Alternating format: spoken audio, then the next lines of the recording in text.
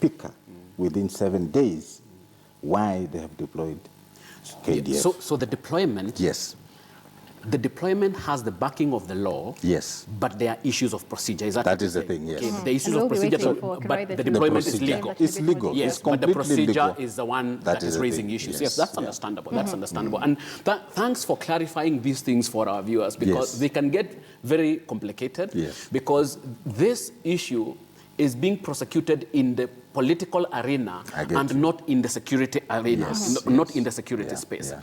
So you say the deployment is legal, it has procedural issues. It has procedures, yes. To what extent does the deployment speak to the issues that you have raised? Because listening to you and listening to what is happening there, it's a mixed grill of ethnic interests, political interests,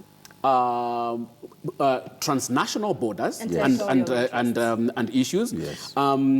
What this country fondly likes to refer as historical injustices. Yes, yes. So to what extent is applying this KDF solution helpful to a situation that is that complicated? Now, I think the first thing the government needs to do, and I imagine that's what they decided to do, first secure the place.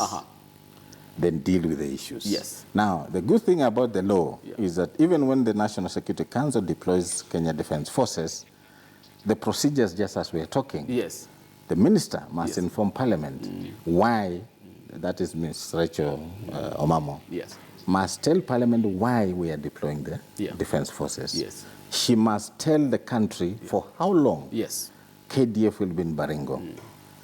Thirdly, she must tell the country what resources they are going to use and where are these resources coming from.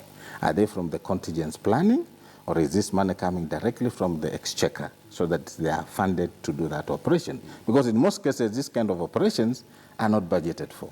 Because they are not part of the budgeting, you see? So all these things, if they are followed properly as per the law, KDF is legally in Baringo. All right, and just before we bring in Michael, there's already been allegations of violations of human rights by KDF to the residents of Baringo. They say these people are not here to protect us, they're here to kill us. As an ex-military, what happens during these operations? They're supposed to keep the residents of Baringo safe, but they're adding on to the torture that they're going through. Let me get back to the law, because we believe in the law.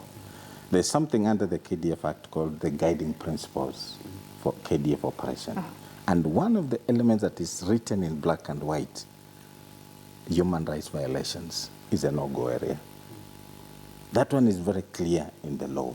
So what I expect, and I know they never come out in public, anytime an allegation is made and KDF does its own internal investigations, I know there are serious punitive actions that are taken on the leaders and the commanders who were in charge. You remember the Mount Elgon. There's an officer who was in charge. It never came back out into the public. But after that operation, the officer went through a court-martial because of the same allegations, and the officer was sacked. So internally, I know they are very rigorous in how they deal with issues of human rights. But it all depends on the commander on the ground, because a military commander on the ground has vast powers. He can decide, if you do this today, I'll send you back to the camp, and 2 days you'll be in a court-martial. So it is really up to the commander on the ground to ensure that the rules are followed. But yes, the military are members of the public. They are part of us. So once in a while, they sleep.